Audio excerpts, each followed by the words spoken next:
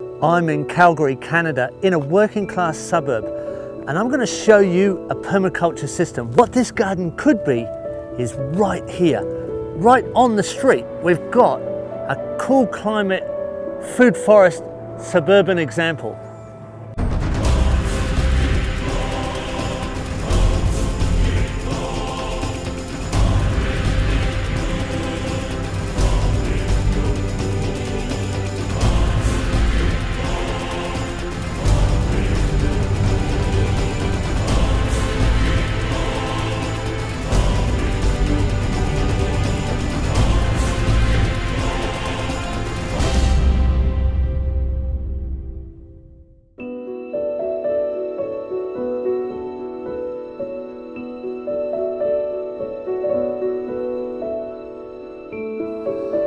I'm at Rob and Michelle Avis's place in Calgary, Canada.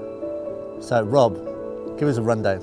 Yeah, so we're actually in a working class neighborhood in Calgary, Alberta, Canada, north of the 49th parallel, so it's pretty cold up here. And we've been working on this project, which is around 500 square meters or 5,000 square feet for about 5 or 6 years now. Left the PRI and just got off the ground running as quick as I could. So on this property, we're growing pretty much all of our food, all of our veg, I should say, from June until November. We're about to add some animal systems here in the next 6 or 8 months. We harvest all the water that falls on the property. We've got a solar hot water heating system.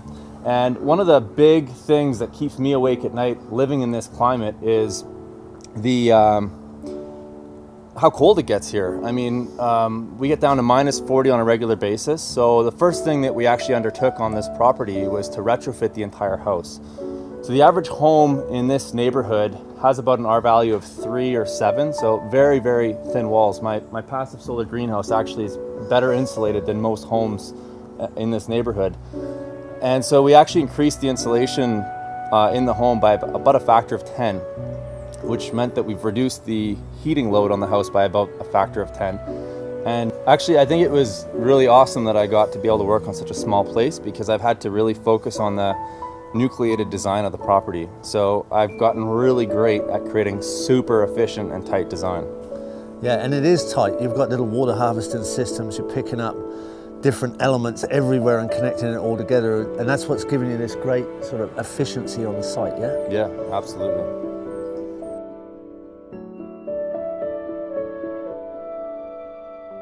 So we're in the passive solar cold climate glass house, and you've got a thermal mass rocket stove heat bench.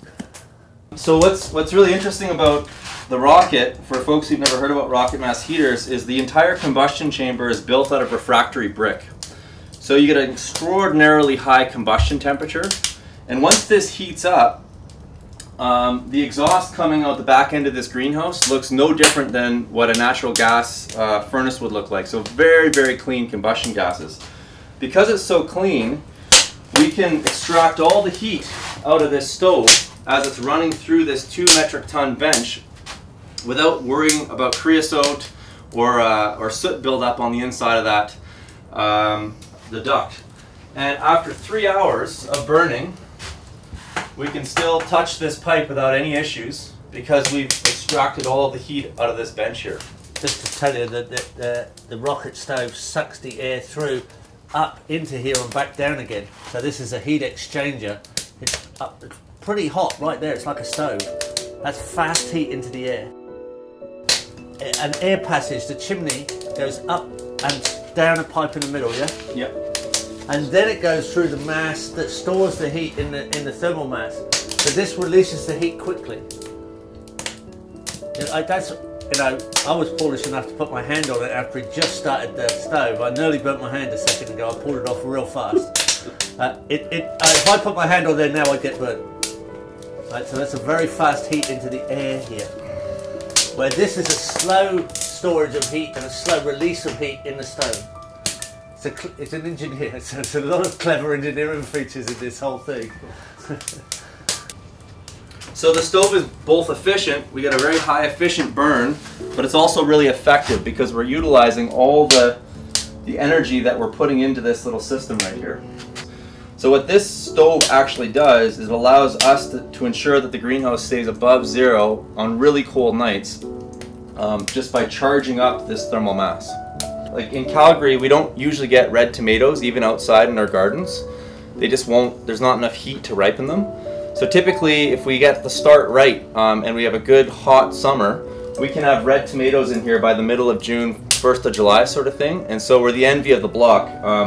And being that we're in a working class neighborhood, you know, our neighbors can't believe that we're producing cucumbers and tomatoes right at the beginning of the summer instead of not even getting anything at the end of the summer. Something I noticed when we walk around the garden, you're creating a surplus of soil. Yes. That's what I'm interested in. This space is actually producing soil as well as vegetables. We'd have a look at that. Yeah, sounds good. Right, so this is it. That's a production you don't usually see. Surplus soil from a system, and not a big system. How long has it taken to build this?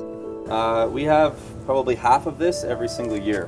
We thought we'd try gravel out as a way of infiltrating water, but the gravel got inundated with worms. It was basically an in-ground worm system. And the worms were basically shuttling all the organic matter, or some of the organic matter from our garden beds, and trying to create, I mean, it's just basic entropy really, that worms are trying to equalize the bed between the pathway. And so the infiltration kind of stopped because the gravel was so full of soil. So we excavated all the gravel out and went back to a mulch-based system, which gives us more fungi. And I couldn't put the gravel back into the ground anywhere else without extracting the soil. So this is, this particular pile is about 5 years of soil building that the worms were doing in our gravel swales. That's what we started with 5 years ago, before we started all of our water harvesting and planting systems. Wow. Really tight soils. 3 years ago we sent this soil away to the Soil Food Web lab, and they called us back, and I've never heard a scientist more excited. They said that we had the best garden soil that they'd ever analyzed. So that literally means anybody could do this. Anybody, all you need is small space intensity with good design, and you can go from that to that and get the best soil that you could possibly. That's a testament. That's a total testament from there to there.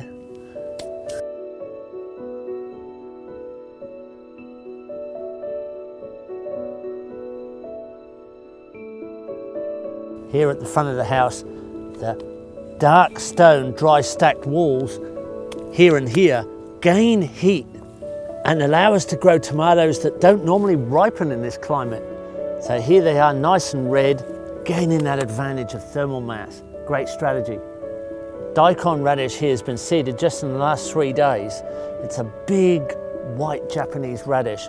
Some will be harvested, but some will be allowed to rot into the soil here over winter and add those compost corridors into the soil, increasing the soil fertility.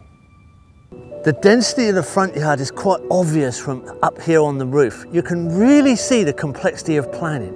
It's an amazingly abundant little system. Here's a typical umbelliferae flower. This is Valerian, what Valium is made out of. So you can use this as an antidepressant if you're going to get depressed in this garden, which I doubt it. But these umbelliferae flowers attract predatory wasps, so they're part of your pest management. We have all kinds of beautiful umbelliferae flowers as part of the strategy of pest-proof in this garden as well. So there's at least 10 varieties of berries in this system, and they're all understory elements as the overstory starts to go over the top. Sea-Buckthorn, a nitrogen fixing high value fruit. It's not a legume, but it is a nitrogen fixer, so very convenient in this climate that we have a fruiting nitrogen fixer that can be part of the overstory. Here are the Sea-Buckthorn when they're ripe. They're quite red and very high in vitamin C and unusually vitamin E, so really good for your skin. They make all sorts of skin products as well as being a great quality food. And they freeze, they'll store, plus the leaves can be used as a tea. multifunctioning plant. Fruit, high in vitamin C, vitamin E. We've got leaves we can use for tea that sell for quite a high price, good for cholesterol, lowers blood pressure. This is a healthy element that functions in our garden. Typically a permaculture element, something of great value. Why would you bother going and buying pills when you can grow this stuff right in your garden, fresh every day? Here's Yarrow, another umbelliferate that attracts predatory wasps. It's also a compost activator. It helps the decomposition of organic matter in compost and mulches. Also can be used as a tea to help you sleep, for insomnia. Everything has a multiple use in this garden. Here we have rhubarb, and there's quite a lot of rhubarb in the garden. It grows really well. And it's catching water and mulch down towards its stem and then down, funneling water down into the system. There's so much rhubarb here, it's been added as mulch with all kinds of things. There's eggshells here gone down into the garden. There's different plants and herbs that are going down as soil creation. Comfrey nearby. You don't have to go very far before you get some comfrey. Harvesting minerals, going down as mulch. Building soil everywhere through the system. Here's rhubarb growing, and here are rhubarb leaves returned to create soil. The stalks have been eaten and the rhubarb leaves have returned. Nature demands a gift for everything that it gives. So what we have to keep doing is returning back to the soil. Then we're continuously given the gifts of nature because we have a return cycle. Here, the rhubarb leaves are creating nice soil mulches and building soil organic matter. So coming through this small garden here, it's obvious it's all in function.